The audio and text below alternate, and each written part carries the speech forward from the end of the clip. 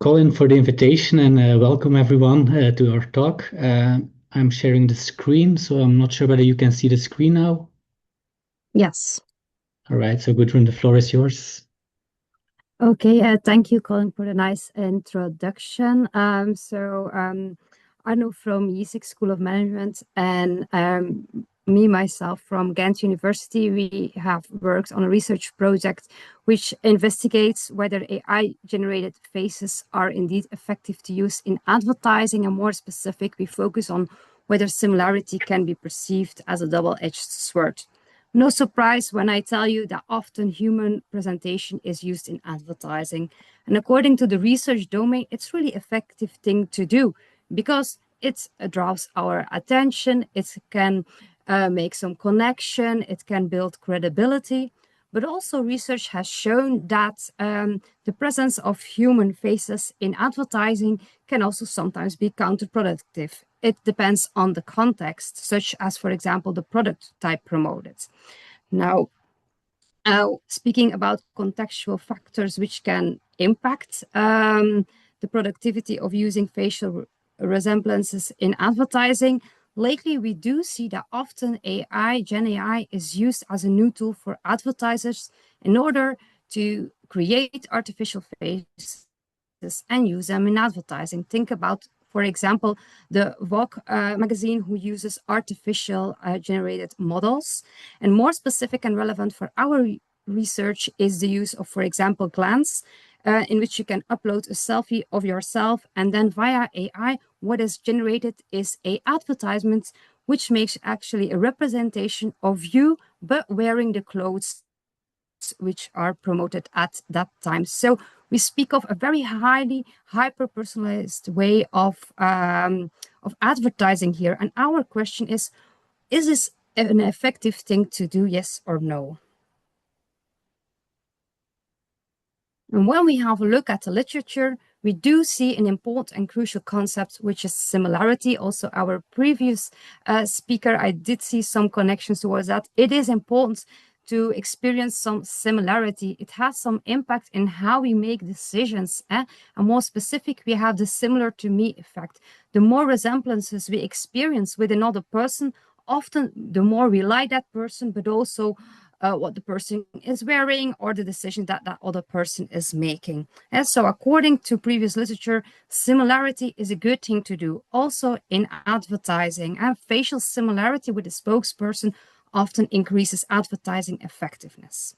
However, when we speak of similarity in case of artificial faces generated by Gen AI, extreme levels of facial similarity are possible. And we wonder whether in this case similarity is also a positive thing.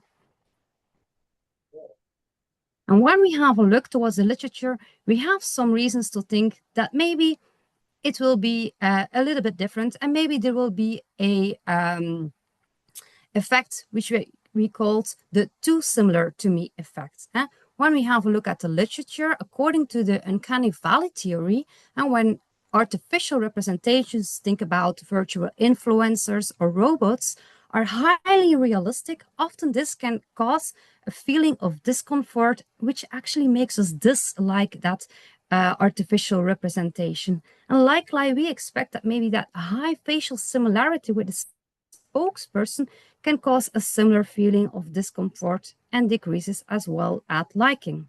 Next to that, we also have a persuasion knowledge model, which tells us when we as consumers recognize a persuasive intent, this will activate our persuasion knowledge. We will start to counter-argue, which in the end then as well decreases ad liking. So we assume that that high facial similarity can actually function as such a persuasive intent or as a trigger to activate our persuasion knowledge, which in the end then reduces the impact of the advertisement. So when we take those two together, we can say that facial similarity indeed will have an effect, and which has been proven is that low to medium, if similarity actually has a positive effect on ad effectiveness, which has been called the similar to me effect. But what we add here to the literature is the too similar to me effect. In case facial similarity is high or extremely high, this will decrease ad effectiveness. And that's why we hypothesize that there will be an inverted U-shaped relationship between facial similarity and advertising effectiveness.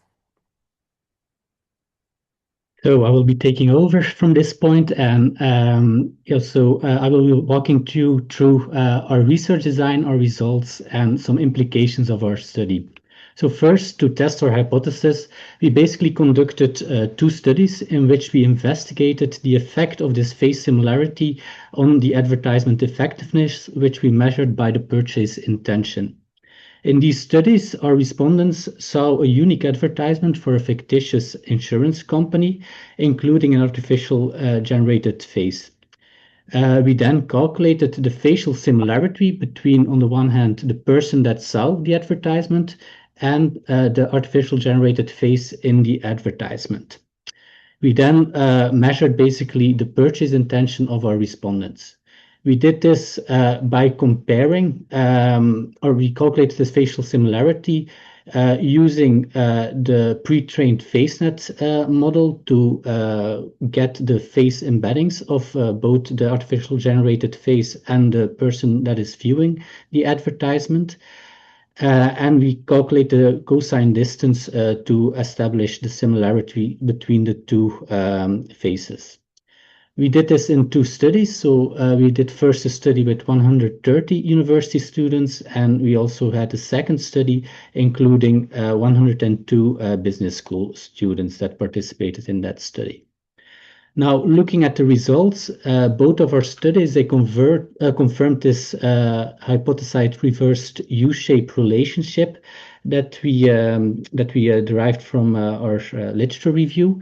The figure that you see on the slide shows the relationship between the purchase intention on the one hand and the facial similarity of our study 2, but it's quite similar to what we found in study 1 as well.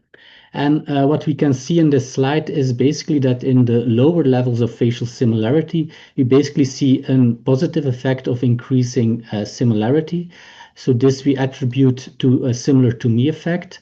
So if there are low levels of facial similarity, there is some positive effect of increasing similarity. On the other hand side, we also see after a certain turning point, we basically see some decrease of this positive effect on the purchase intention, and this we attributed to the too similar to me effect. We also try to establish this optimal point of facial similarity for our advertising effectiveness. So based on the sample of our study 2, we estimated that the optimal point is around 57.6% of facial similarity. This point gives us a predicted purchase intention of around 4 out of 7. But in practice, we believe that you would be safe with a similarity around 50 and 70%, which should still give you close to optimal results. Of course, you should interpret this estimate as very context specific. Remember that we conducted this research using student samples. We also focused on an advertisement for a car insurance case. And we also used basically the social media profile pictures of the respondents to get the facial image of the respondents. Now let's have a look at the implications of our study. So we think there are several relevant implications. First, we were able to demonstrate with a concrete use case on how Gen AI can basically help advertisers to hyper-personalize advertising by tailoring the spokesperson to the individual customer.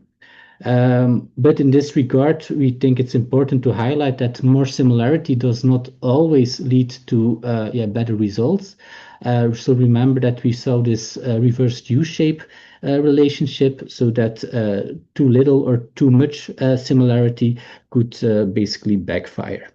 We would also highlight that the estimated optimum is around 57% of similarity.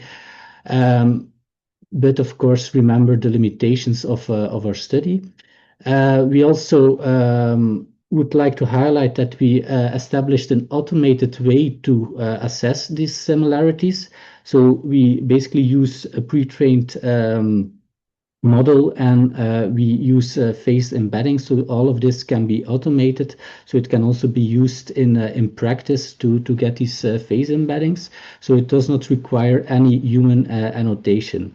In fact, in our study, we compared it also to human annotation, and we basically concluded that it is similar to human annotation, the method that we proposed in this paper. We also would like to highlight that the responsible use is actually important in this case. So we use profile pictures of respondents. So we believe that it is important to also be transparent when using such data. In Europe, for example, there is also some legislation that requires formal consent from all the respondents or from all the customers if you want to use it in practice. And then we also think that our research could further inspire future research. So it is also one of the goals of a research node to basically do so. And I think one particular area that could be of interest for future research could be to investigate the mechanisms underlying this too similar to me effect. So in this paper, we did not do it, but I think it's highly relevant to investigate this and also to investigate certain boundary conditions. So I think, we are running out of time. So I would like to thank you for listening. And if you want to hear more, we are free to, or we are happy to answer any questions after the last presentation, and feel free to connect with us. So thank you very much.